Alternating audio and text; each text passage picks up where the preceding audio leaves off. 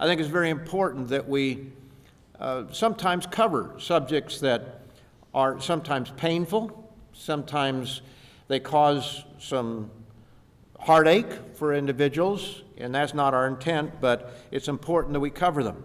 You know, the Apostle Paul made some very serious mistakes prior to his conversion. We can read of that in Acts the 26th chapter. In fact, let's just turn over there, Acts 26, and let's see what Paul says about himself. And verse 10 says, "This I also did in Jerusalem, and many of the saints I shut up in prison, having received authority from the chief priests, and when they were put to death, I cast my vote against them." So here was the Apostle Paul that was in part responsible for bringing about the death of the saints. And we know the saints are the people of God. If we were living in the days of the Apostle Paul, some in this room might have been put to death because of the Apostle Paul. He says, "I cast my vote against them, and I punished them often in every synagogue and compelled them to blaspheme. And being exceedingly enraged against them, I persecuted them even to foreign cities." In 1 Timothy, the first chapter, 1 Timothy 1 and verse 12, Paul said, "I thank Christ Jesus our Lord, who has enabled me, because he counted me faithful, putting me into his ministry, although I was formerly a blasphemer, a persecutor, and an insolent man." Now, I like the margin here for insolent man. It says, violently arrogant. This is how Paul described himself. He was a violently arrogant man, but I obtained mercy because I did it ignorantly in unbelief. We also know about King David, how he committed adultery and he committed murder as well.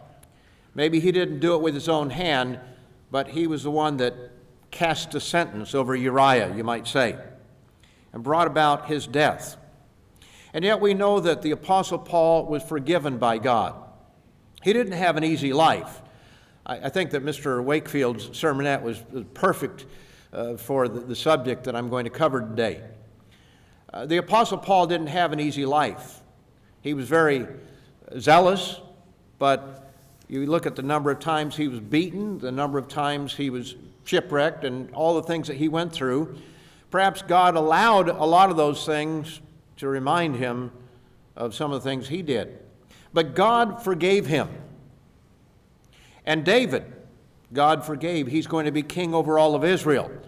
But for those that think that, well, he got away with it.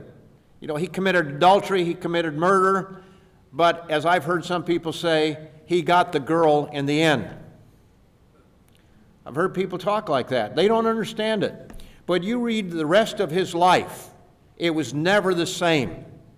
There were consequences for the decisions that he made.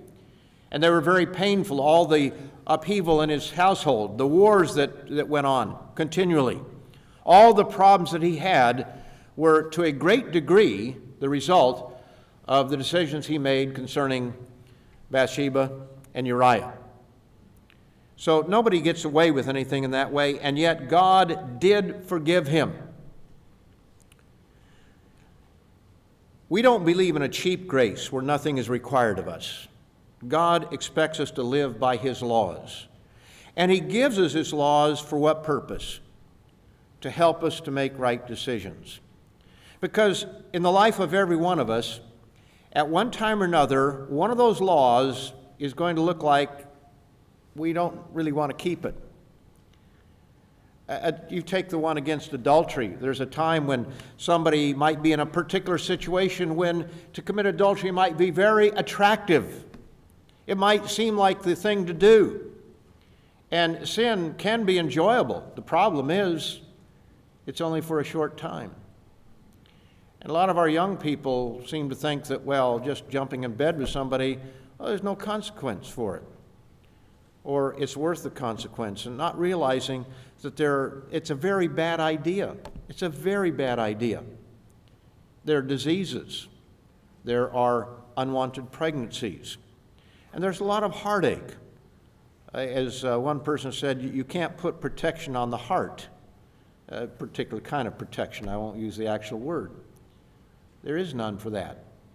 And so there are consequences to breaking God's law. And God's law is intended to help us to make the right decisions. But we also find, on the other hand, in Psalm 136, that God is incredibly merciful.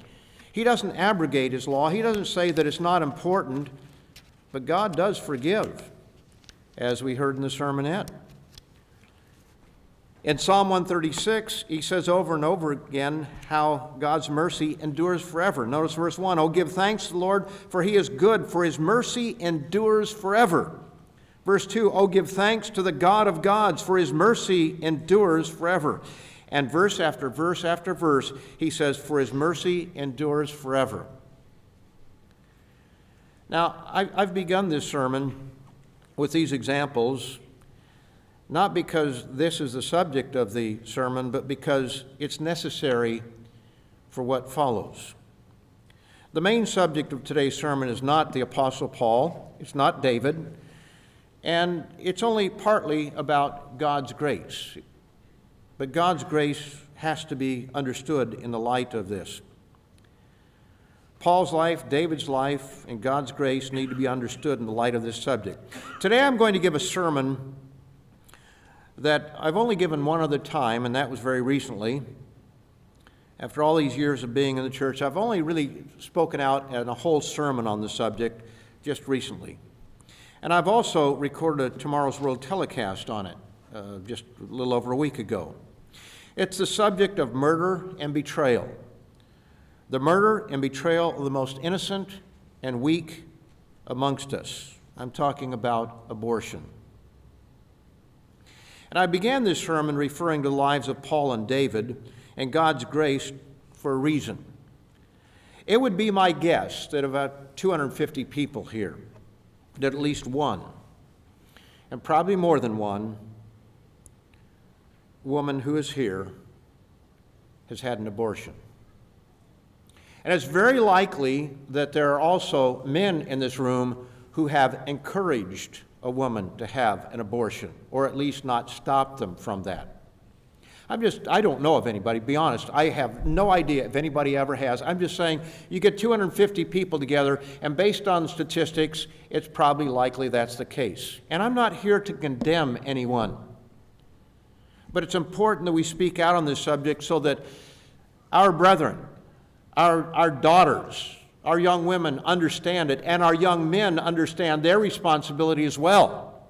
Because too many young men have gotten a girl pregnant, and then they've not stopped them from getting an abortion, but actually have encouraged them, or they've thrown the decision on the girl and said, well, whatever you think. And that's despicable behavior.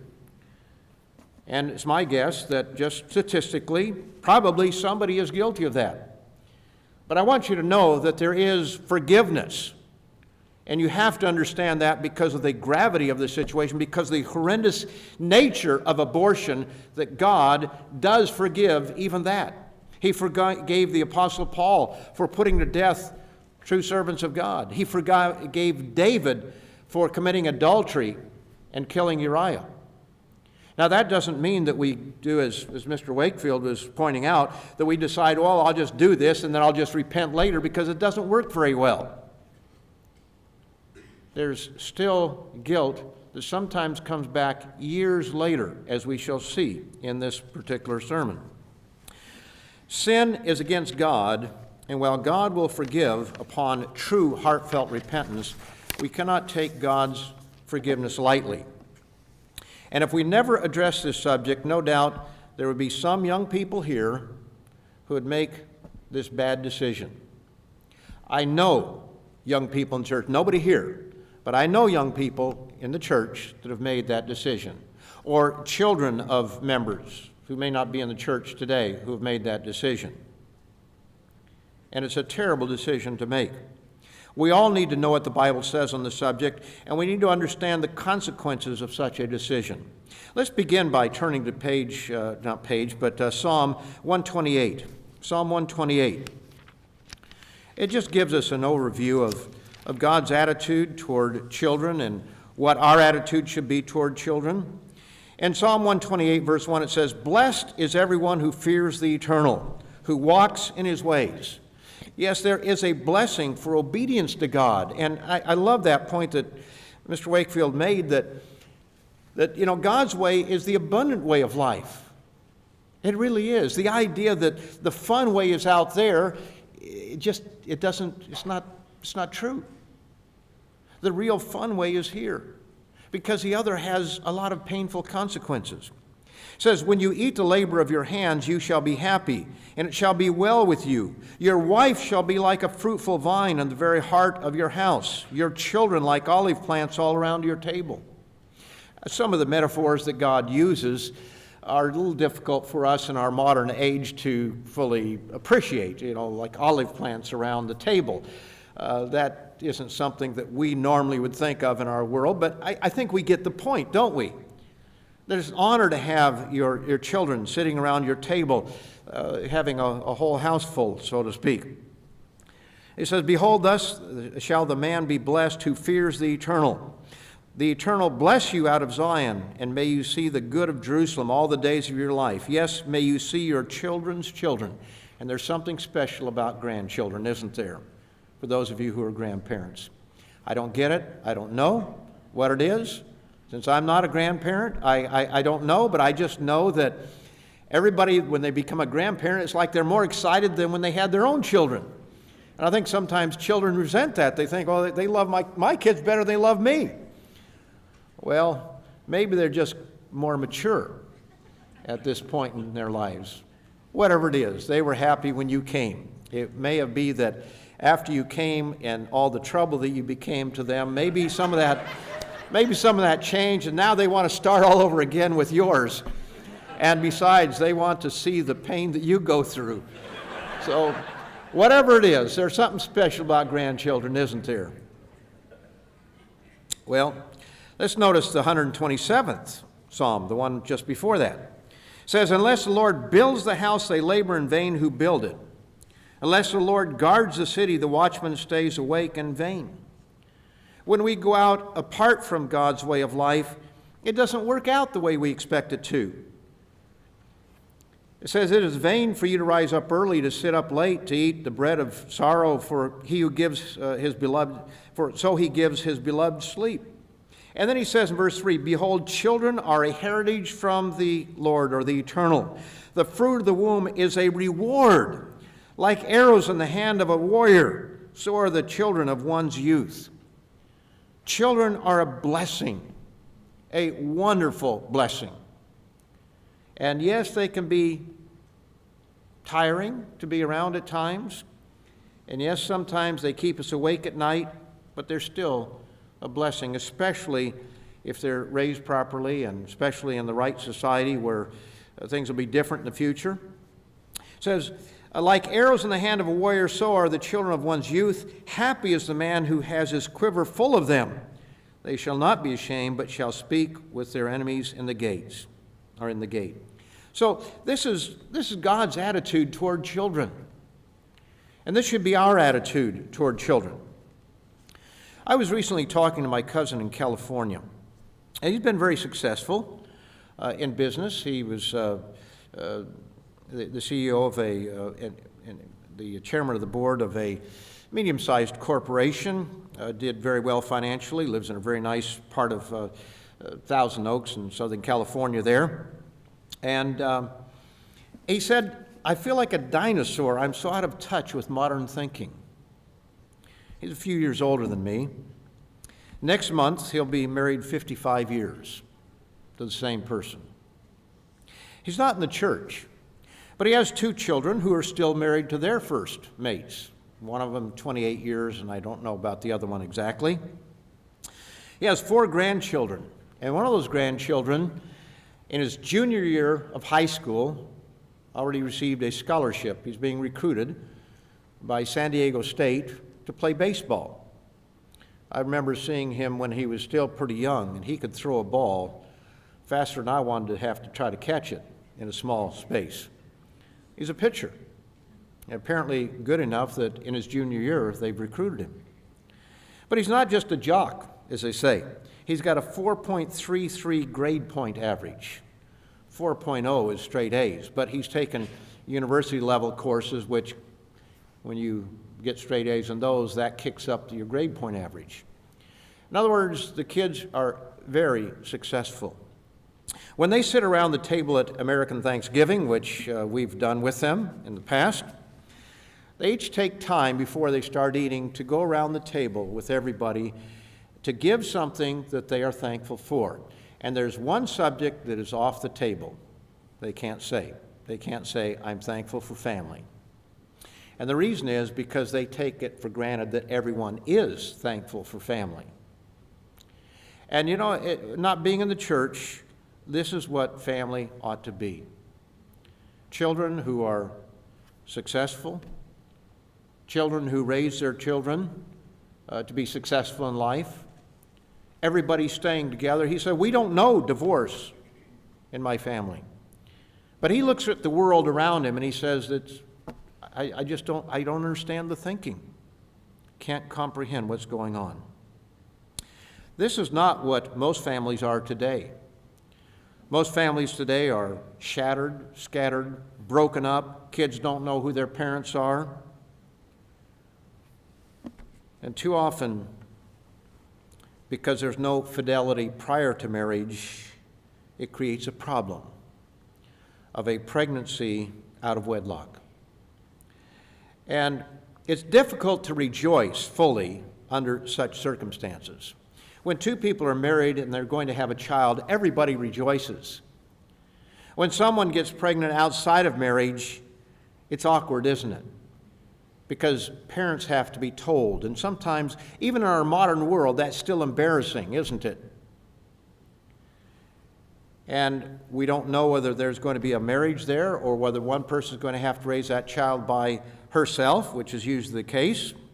Sometimes it's the other way, but it's most often that way. And so what happens is that people make one mistake, and then they compound that mistake by making another one. They take action which on the surface appears to be the easy way.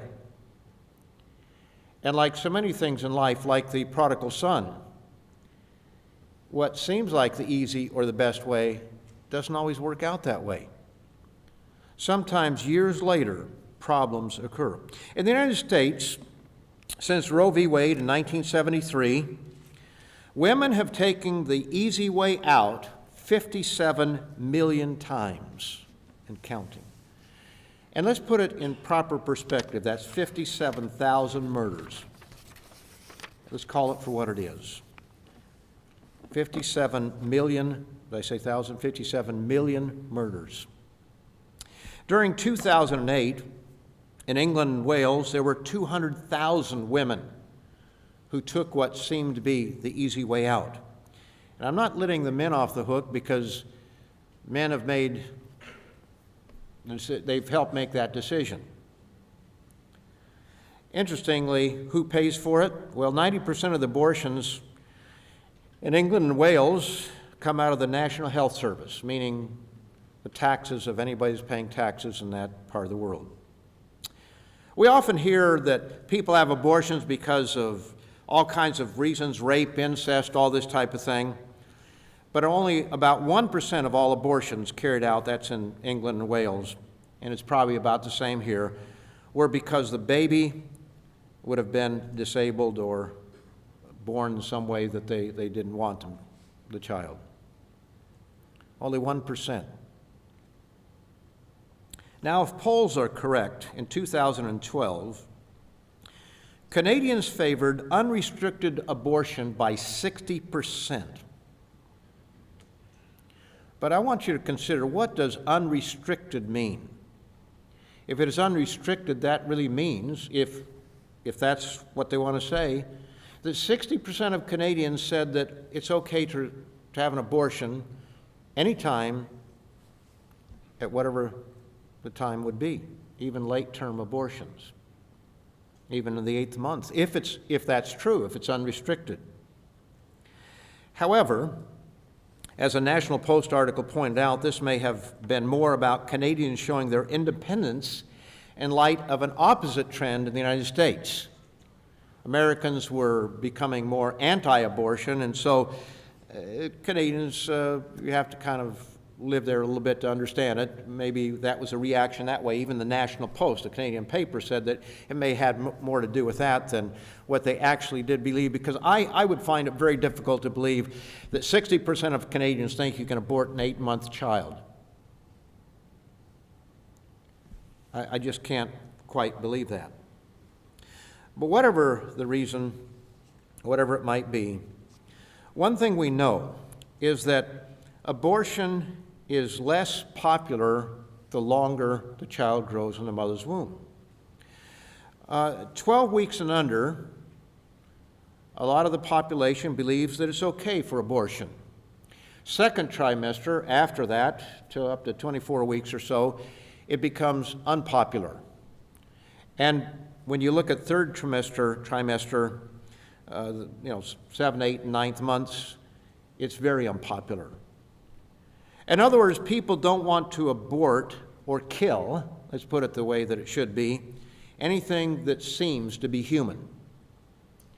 If they can kind of imagine in their minds that this is just some sort of tissue mass or a blood clot, as sometimes it's described, or the product of conception, as it's also described, it's not really human. But once they realize that there's a human being there, they think differently about the subject.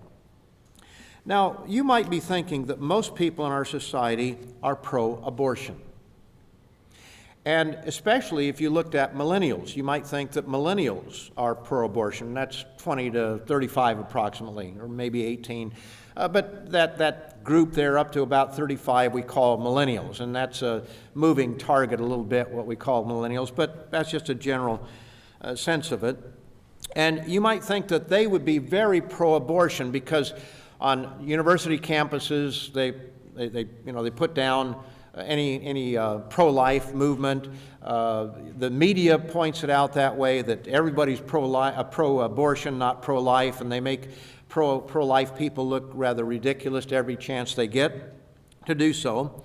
But I want to give you a quote here from the book called The Silencing: How the Left is Killing Free Speech. It's written by Kirsten Powers. Now, Kirsten Powers, you might be familiar with, is on Fox News, but she's the liberal. She's one of the liberals on Fox News.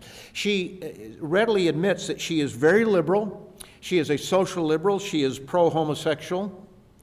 I believe that she's pro-abortion, although I'm not sure on that. I was looking for the where she mentioned that subject, and she might have changed her mind because a number of people are changing their minds since the undercover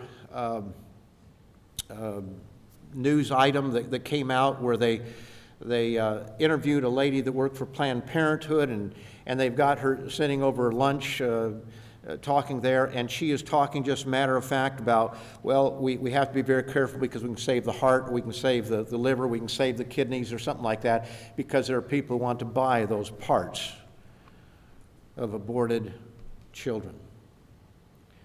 And it's so matter of fact, I think even a lot of liberals have come to the place where they've said, wait a minute, something's wrong here. Kirsten Powers, very liberal, says this: it's worth noting that while university administrators and student government groups appear to embrace the pro-abortion rights agenda, the same shouldn't be assumed for all college students. A 2011 Thomson Reuters poll for NPR, that's National Public Radio, which is a very liberal news agency, found that among Americans under 35, get this, Americans under 35, 65.5%, that's almost two-thirds, it's only a 1.1 point less than two-thirds, 65.5% believed, quote, having an abortion is wrong. That is the highest percent of any age group, millennials. think that abortion is wrong. It was 57% for those between 35 and 64, and 60.9% for those older than 64. Now, what does that mean? It means that if we were all millennials here, 2/3 in the audience think that abortion is wrong. Now, there are many surveys on this, and so she then quotes the left-leaning Public Religious Research Institute, or PRRI. She says left-leaning, which the sense is that they might be slightly slanted in their survey. Reported in 2011 that, quote, millennials are conflicted about the morality of abortion, with 50% saying they don't think having an abortion is morally acceptable. So here are two surveys, one by a very liberal organization, the other one commissioned by a liberal organization, and somewhere between 50% and 2/3 say that they don't think it's right. Now, I've done my own research on this as well, and when you look at some of the statistics, some of the government statistics, what you find is that it's somewhere in the 50% range. And it varies from year to year, it varies from month to month. There are years where people are against abortion by more than 50%, sometimes it's less than 50%. But of course, the real key is how the question is framed. That has a lot to do with it. And what we find, too, is that millennials might think it's immoral to have an abortion, but at the same time, they think that you have the right to choose. So that's why you get such disparity in the way that these surveys come out. But here's Kirsten Power's conclusion, and I would hardly agree with it. At a minimum, though, it shows that groups like Voice for Life do not represent a fringe view except to the illiberal left. She's written this book because she sees that she calls them the illiberal left, those that are on her side of the aisle, so to speak, but they've gone off the rails, are trying to silence every other opinion and make everybody else look silly and foolish for believing what they do. And they want to skew the way that the public views it. And she's seen the fallacy in this, and she's seen that it not only affects conservatives, which is usually what it does, but also it affects liberals who might say something that is not a part of the latest politically correct idea. When does life begin? Psalm 139. This is a very interesting psalm. Now, we often read this part of the psalm, Psalm 139. Let's start verse 13. It says, Psalm 139, verse 13, "For you formed my inward parts." God is responsible for how we are made, how we are put together. You know, when a sperm and an egg come together, it begins a totally new life, a unique life, totally new genetically. It says, "You formed my inward parts. You covered me in my mother's womb. I will praise you, for I am fearfully and wonderfully made. Marvelous are your works, and that my soul knows very well." Now, let's go back a little bit, and let's look at the context of all this, because this is a very interesting context to what he writes here. Let's go back to verse 7. He says, "Where can I go from your spirit, or where can I flee from your presence? If I ascend into heaven, you are there. If I make my bed in hell or the grave, behold, you are there. If I take wings of the morning and dwell in the uttermost part of the sea, even there your hand shall lead me, and your right hand shall hold me. If I say, surely the darkness shall fall on me," is dark, God can't see. "Even the night shall be light about me." God sees it all. "Indeed, the darkness shall not hide from you, but the night shines as the day. The darkness and the light are both alike to you." There is nothing hidden from God. We can be in the darkest cave where there's absolutely no light, And for God, he sees it all. He sees everything. Isn't it funny about our human nature that we seem to think we can hide something? And that's the thing about abortion. People try to hide it. Do you realize that a girl, 15 or 16 years of age, can go in and have an abortion without your permission? Now, she needs your permission to go on a field trip. She needs your permission to be on the sports team. But you have no say about it. All she has to do is come up with today I think it's about $600 cash, last I heard. And they want cash. They don't take checks. They don't take any. They want cash. That's the way it is. And yet she can do that. And maybe have one other person, a friend that's there with her. But it's kind of like it's all undercover and nobody knows about it. It's interesting here, he says that, where can I go from your spirit, O Lord? And then he says, for you form my inward parts, you cover me in my mother's womb. This is in the context of all this. It's not that I'm not saying that it was about abortion that this is written, but isn't it interesting? I will praise you, for I am fearfully and wonderfully made. Marvelous are your works, and that my soul knows very well. My frame was not hidden from you. Even the forming of life in my mother's womb was not hidden from you. There is no place to hide from God. When I was made in secret and skillfully wrought in the lowest parts of the earth, your eyes saw my substance being yet unformed. My substance yet unformed. God saw when that first two cells came together and it divided into 3 and 4 and so forth. God knew that.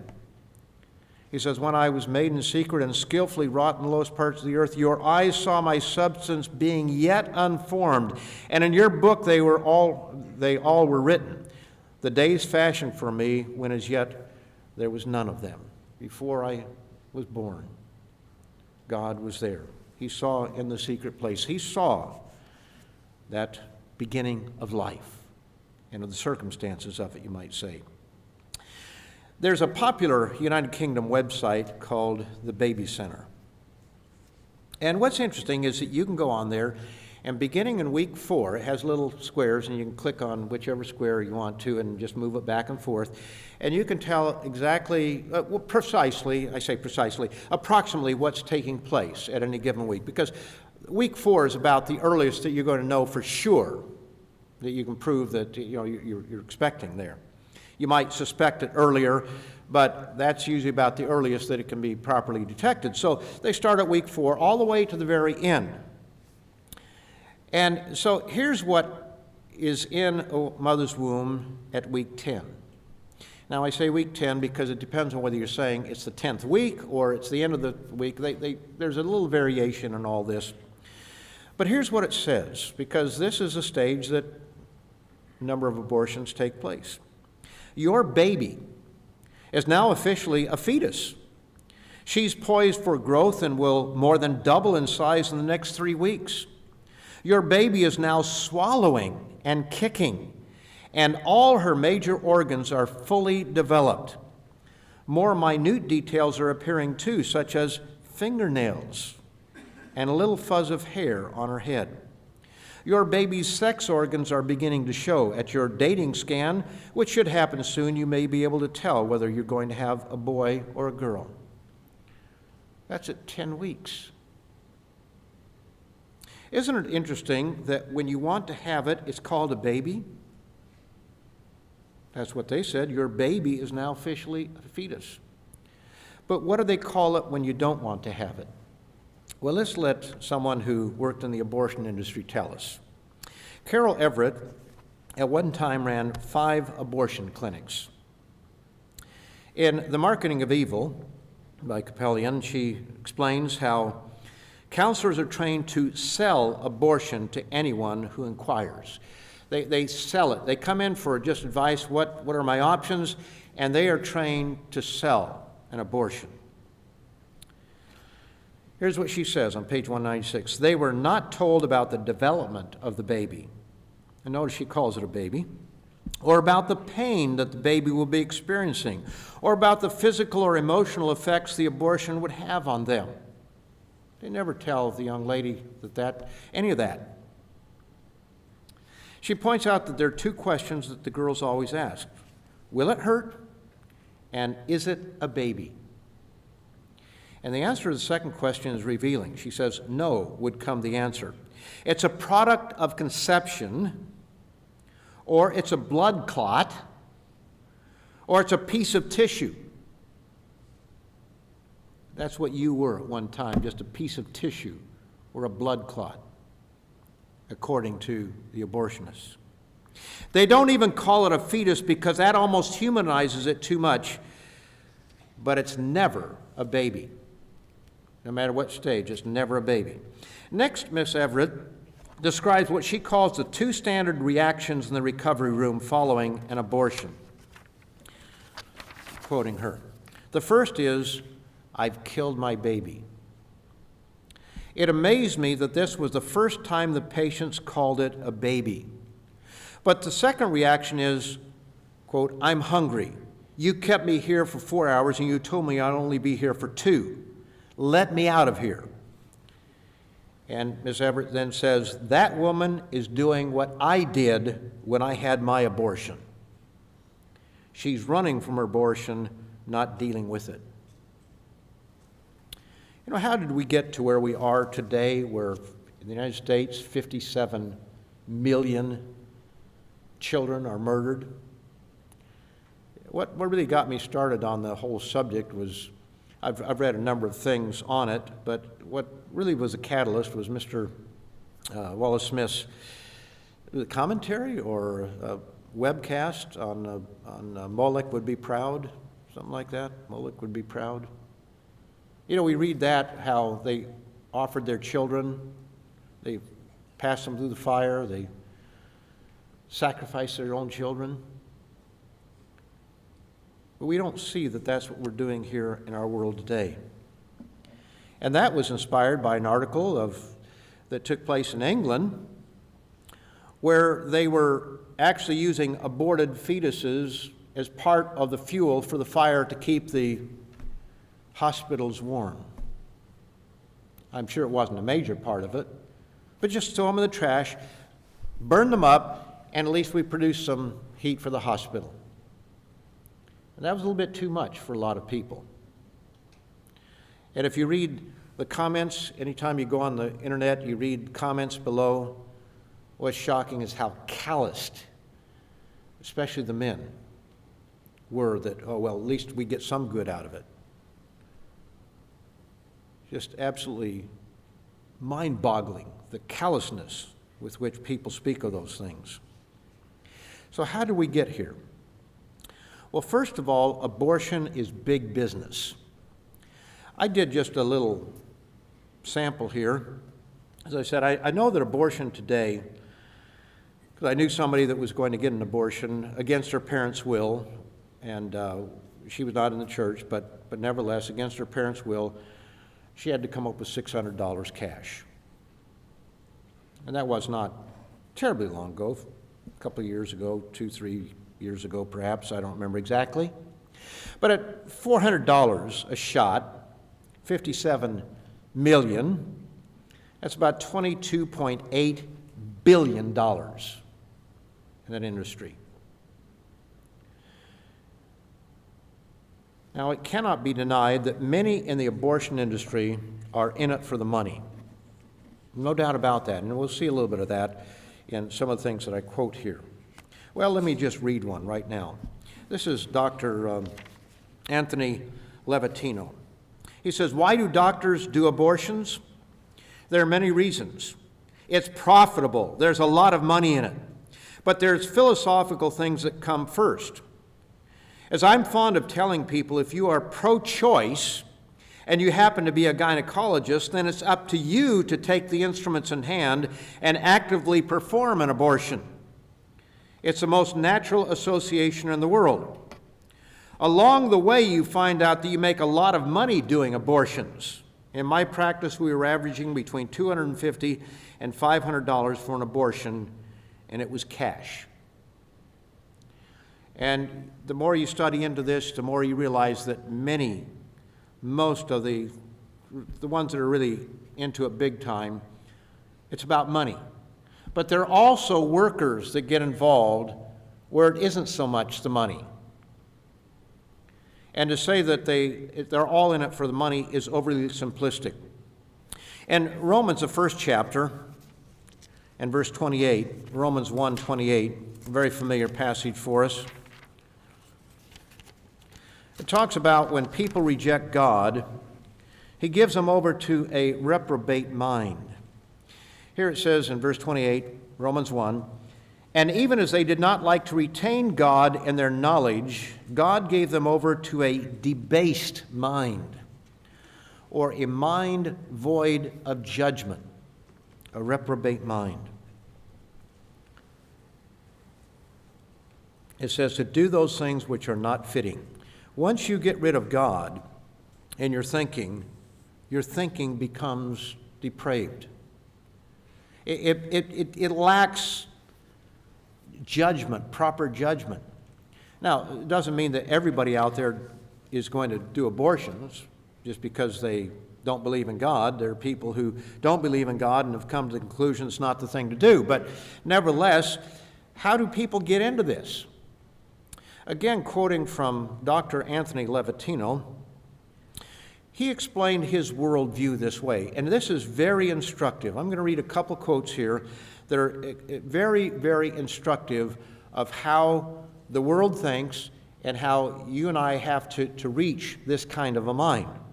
He said, everybody in the abortion industry knows that everyone involved in the pro-life movement is a kook.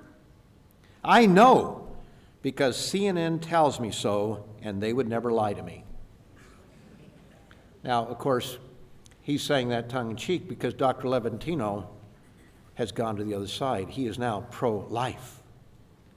But he's looking back on his life. And yes, the media portrays it as though everybody who's pro-life is a kook. So you have a rally against abortion in front of a clinic, and what does the media do? They go out there and they start interviewing people until they find somebody that says something really dumb and stupid or is, shaking his fist in somebody's face. They try to find the worst examples. They try to find people who are angry, people who are irrational, or at least express themselves irrationally, and those are the ones that show up on the evening news. And it makes everybody look that way. And so he says, I know because CNN tells me so. It's a little play on a song that you might have sung when you were a child about the Bible tells me so. That was his Bible. Linda Curry also worked in the abortion industry as a counselor. Here's how she describes her worldview. As a young person, I really valued freedom above all else. And I also viewed religion, particularly Christianity, and then I didn't say this on telecast, particularly Catholic Christianity, as being cruel and stupid, really. I saw people on that side of the fence as being judgmental, boring, shallow, and anti-intellectual. So I didn't want to be anything like them at all. I thought they were quite pathetic. And so I didn't even want to consider their opinions. To me, religious people didn't seem to be engaged in what I thought was the real world. Religious people were in some sort of weird fantasy world. Not just pro-life people, but all religious people were kooks as far as I was concerned. So that's kind of the template that I'm coming from. This is the world that we're trying to reach. This is how many people think. One thing at the NRB that came through loud and clear in talking a little bit about some of the surveys and all, is that the number of people that we reach on a religious station is, or even another one, is very narrow. It's very small. It's a very small percentage.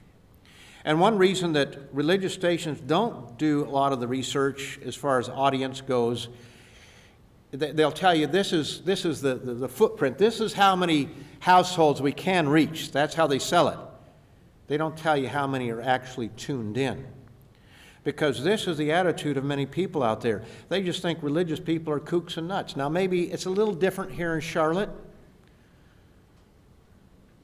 but this is how much of the educated world and the universities think. We're a bunch of kooks and nuts. Now, Levatino, again, Dr. Anthony Levatino, made this comment. He says, I've heard many times from other obstetricians, well, I'm not really pro-abortion, I'm pro-woman. How many times have you heard that one? The women's groups in this country, they're not alone, but they've done a very good job selling that bill of goods to the population, that somehow destroying a life is pro-woman. But a lot of obstetricians use that justification to themselves, and I can tell you a lot of them believe it. I used to. It's not hard to be convinced of it. Well, especially when there's a lot of money in it. It's not hard to be convinced of it. Let me read another quote here from Dr. Levatino. You see, he wasn't just an abortionist, he was a gynecologist. And so abortion was only a small part of his business. He says, most of the time in our practice was spent providing obstetrical care for people who wanted their children. It is very common for an obstetrician to have an ultrasound machine. We use that ultrasound machine on a daily basis. As a doctor, you know that these are children. Notice, as a doctor, you know that these are children. Here's one who is a former abortionist. He says, we know that these are children. You know that these are human beings with arms and legs and heads, and they move around and they're very active. But you get reminded every time you put that scanner down on someone's, say, belly, you are reminded because you see the children in there, hearts beating, arms flinging. We have a ball with it. It's a lot of fun. We have people coming in who have bleeding and are afraid they may have a miscarriage. Now, this is someone who wants to have their child. There's no better news for me than to put that scanner on them at 7 and 8 weeks. That's pretty new in the pregnancy, 7, 8 weeks, and show them a heartbeat and say, your baby is okay. You do that as an obstetrician all the time. And then, an hour later, you change your clothes, walk into an operating room, and do an abortion. If you have any heart at all, it affects you. Interesting how human nature can justify. Jeremiah 17:9, the heart is deceitful above all things and desperately wicked. There's a way that seems right to a man, but the end thereof the ways of death. Proverbs 14:12. One of the most interesting aspects of this story is how abortion took hold in the United States. Dr. Bernard Nathanson is now deceased, but very central figure to the whole subject of abortion. He and Lawrence later co-founded NARAL. Now, NARAL was the National Association for the Repeal of Abortion Laws that was founded in 1969. It was changed, the name of it, afterward, after Roe v. Wade, to the National Abortion Rights Action League, and then the National Abortion and Reproductive Rights Action League, but it's generally referred to as NARAL, N-A-R-A-L. You can look it up if you want to find some information on it, but the bottom line is that they have been pro-abortion all along. So Dr. Bernard Nathanson and Lawrence later co-founded NARAL. And it was these two men, not women, who coined the phrases freedom of choice and women must have control over their own bodies. And then they went to sell abortion to the media because they knew if they sold it to the media, they could sell it to the population in general. So how'd they do this? Well, Nathanson's own words from Capellian's Marketing of Evil. Says, knowing that if a true poll were taken, we would be soundly defeated, we simply fabricated the results of fictional polls. And I've confirmed that from other sources as well, that he has said that. We announced to the media that we had taken polls and that 60% of Americans were in favor of permissive abortion. This is the tactic of the self-fulfilling lie. Few people care to be in the minority. We aroused enough sympathy to sell our program of permissive abortion by fabricating the number of illegal abortions done annually in the U.S. The actual figure was approaching 100,000, but the figure we gave the media repeatedly was 1 million. Or is he just added a zero? A total lie, which he admits, not only in Capellion's book, but elsewhere. Repeating the big lie often enough convinces the public. The number of women dying from illegal abortions was around 200 to 250 annually. The figure we constantly fed the media was 10,000.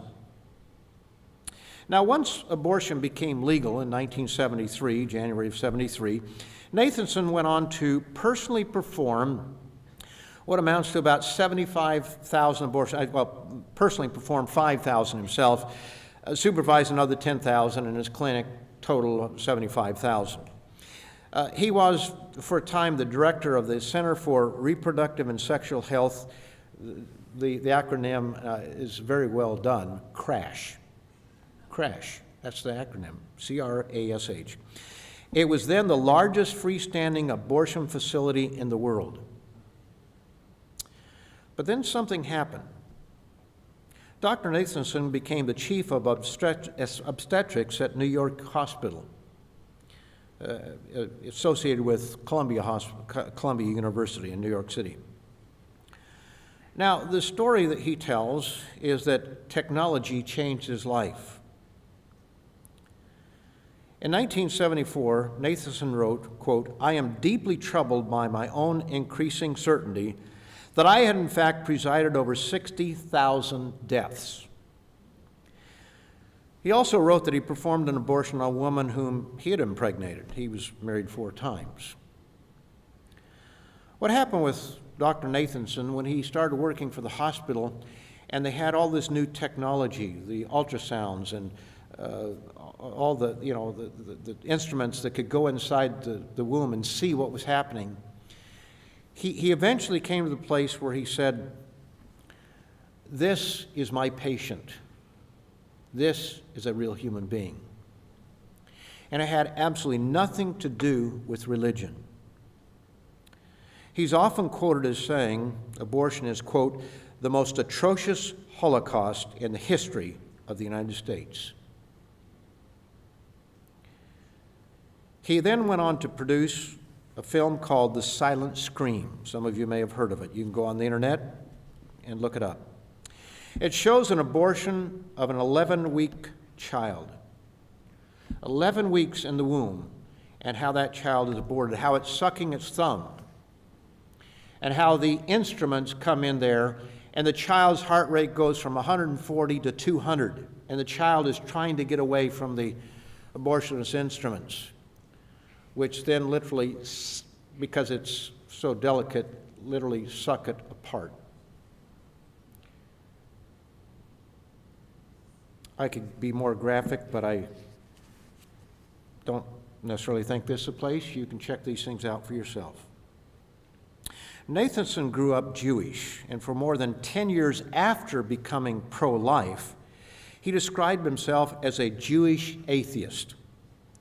In 1996, he converted to Catholicism, and he stated that, here was the reason why he converted to Roman Catholicism, quote, "No religion matches a special role of forgiveness that is afforded by the Catholic Church." I guess he missed the boat twice in his life. But what you understand there is that here was a man that was racked with guilt. A man who realized he made a mistake and stopped doing it and tried to go to the other side, and Pandora tried to put it back in the box unsuccessfully. He helped to release this evil on the world, and now he can't turn it around. Of course, now he's dead. Nathanson wasn't the only one to change sides. Linda Coury, who I mentioned before, had an abortion at age 24. She worked for Planned Parenthood thinking she was helping young women. That was her thought. She was the one that had that weird idea or that thought that, we're all a bunch of kooks and nuts. And for 11 years, she was fine. But questions kept coming up that bothered her. For example, a 16-year-old asked her, "Is it a baby?" And she was conflicted because she said that she could say, in her words, "Well, of course it's a baby," which would be the truth. Or she could give the party line that she was taught to teach, "It's a product of conception," which is true, but it's deceptive. She wouldn't say it's a baby. But then she had to go to a coworker and ask her, "Did I do the right thing?" Her conscience began to bother her. And 11 years after her abortion, and she was old enough to know better in the sense she was 24 when she had her abortion, she changed to the other side and is pro-life. As I mentioned, Dr. Anthony Levatino also came to the other side. How did he do it? Well, they weren't able to have children. And they realized they had a fertility problem. As he said, here he'd be aborting all these children and thinking, "Boy, I wish I could have one of those." But he says it doesn't work that way. But being in the position he was in, he was able to find out some people that might adopt a child, and after 4 months he was able to adopt a child. That's pretty quick. It usually takes about 3 years.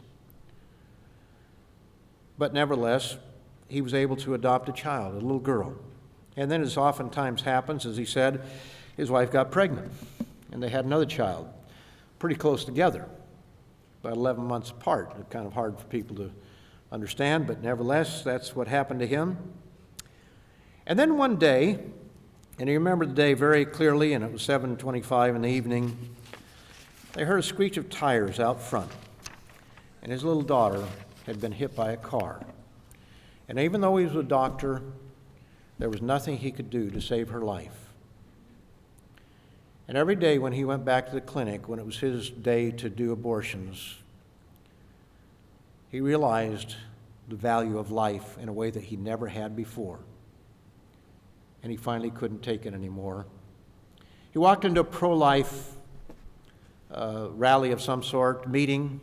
Everybody knew who he was in town, and they were kind of shocked, and he was expecting a bunch of kooks and nuts, and he was treated with respect. And he realized the horrendous mistake that he had made in his life. And he has tried to put that evil back in the box again. Carol Everett ran 5 abortion clinics. She had her moment of change. And then there's Norma McCorvey. How many of you know Norma McCorvey? How many know who she is? Okay, one, couple people. Actually, most of you know Norma McCorvey. You just know her by her pseudonym, Jane Roe, as in Roe v. Wade. Norma McCorvey now is a spokesman for the pro-life movement. She was used by attorneys who tried to get abortion, and she realizes the pain that's caused her in her life. There are a lot of people who have changed sides. These and many more have had the scales fall from their eyes, just as the Apostle Paul had the scales come off of his eyes. And he had to face the fact that he had killed true Christians. These individuals have come to the place where they have had to face the fact that they have literally ripped apart unique human beings, and that what they've done is morally wrong. Now, let me add here that there's the whole subject of political correctness that we need to address here.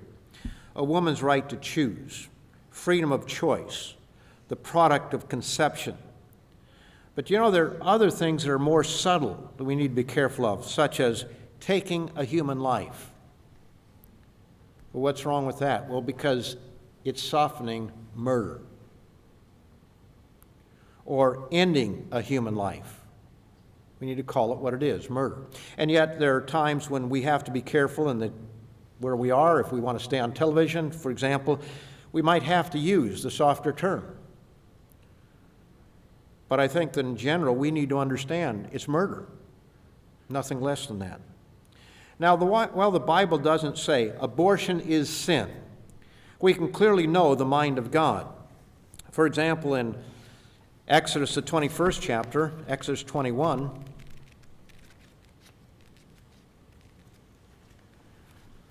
and verse 22, it says, if men fight and hurt a woman with child, it doesn't say how old the child is, it just says a woman with child, so that she gives birth prematurely, yet no harm follows, he shall surely be punished accordingly, as the woman's husband imposes on him, and he shall pay as the judges determine. So if she gives premature birth, but everything works out okay, he still has to pay a fine. But notice, verse 23, but if any harm follows, then you shall give life for life, eye for eye, tooth for tooth, hand for hand, foot for foot, etc. Now, oftentimes, it could be commuted to a monetary settlement, but usually in the case of loss of life, it was different. Murder was different. That shows us a little bit of God's mind. Psalm 139, again, verse 13 and 14, you formed my inward parts, you covered me in my mother's womb. I will praise you, for I am fearfully and wonderfully made. Marvelous are your works, and that my soul knows very well. I am fearfully and wonderfully made. God formed me in the womb. Oftentimes people ask the question, even in the church, I think there's a bit of confusion. What about rape and incest? Pam Stencil is a very powerful speaker to young people, talking about the evils of fornication. And she goes into a lot of details and everything. And she tells a story in her presentations. She said there was a young girl, I think 15, maybe 16. I've heard this many times over, but I should know. But I think the girl was 15 or 16, one or the other, who was raped. She lived in Michigan. It was after Roe v. Wade. This girl became pregnant from the rape, and she could have aborted that child. But she chose not to abort the child, but to have that child and adopt it out to a worthy family. Now, I've seen this probably 13 or 14 times. We showed some of this at camp. And I have to say that every time I hear her tell this story, I get choked up. Because she says, I am that girl. Not the one that was raped. I am the daughter. I am a product of rape. She said, I did not deserve to die because of the sin of my father. I've never met him. Don't know who he is. But I did not deserve to die. And here's a woman that's gone on to be someone that you and I would highly respect for what she is teaching to young people. I began by showing that the man who became the Apostle Paul oversaw the death of God's servants, including Stephen. But God forgave him. We know the sins that David committed. God forgave him too. They paid a price. No doubt both of them. And part of the price is guilt, and you get that in a sense from the Apostle Paul, that he never could quite shake it all. And yet God does forgive for acts such as that. God could forgive Nathanson, Levitino, Curry, all these others. God can, and upon true heartfelt repentance, God does forgive. And one of my favorite Psalms is Psalm 103. I'd like to finish up with Psalm 103 because, there's some things that we do in life and we can never go back. We can't undo them. And I don't think there's anybody in this room that doesn't have regrets about something. I hope we all do. I wish we didn't have to, but we all have our regrets, whatever those regrets might be. Psalm 103. Verse 1 it says, "Bless the Lord, O my soul, and all that is within me. Bless his holy name. Bless the Lord, O my soul, and forget not all his benefits, who forgives all your iniquities." All. Every iniquity. If there's someone here who's had an abortion, someone who encouraged it or just kept quiet when they should have spoken up, if you've repented of that, God's forgiven you. We're not here to condemn. We're here to educate so that others don't make the same mistake. Who forgives all your iniquities, who heals all your diseases, and who redeems your life from destruction. Notice verse 10. He has not dealt with us according to our sins, nor punished us according to our iniquities. If God punished us according to what we did, we just cease to exist. Will God punish Nathanson for overseeing 60 or 75,000 abortions? He'll come up at a time, and I believe God will forgive him. Horrendous acts that he committed. Spent the rest of his life trying to undo it, and no doubt racked with guilt. "For as the heavens," verse 11, "are high above the earth, so great is his mercy toward those who fear him. As far as east is from west," how far can you get, east or west? It's opposite directions. "So far has he removed our transgressions from us. As a father pities his children, so the Lord pities those who fear him. For he knows our frame, he remembers that we are dust." He knows just how flawed we are. So I hope that, I wish that nobody here, and maybe nobody has committed that sin, but it is a sin, it is murder, but God will forgive. And if you've repented, he has forgiven. But I hope for the rest, that we'll remember these things and not go down that road of committing murder.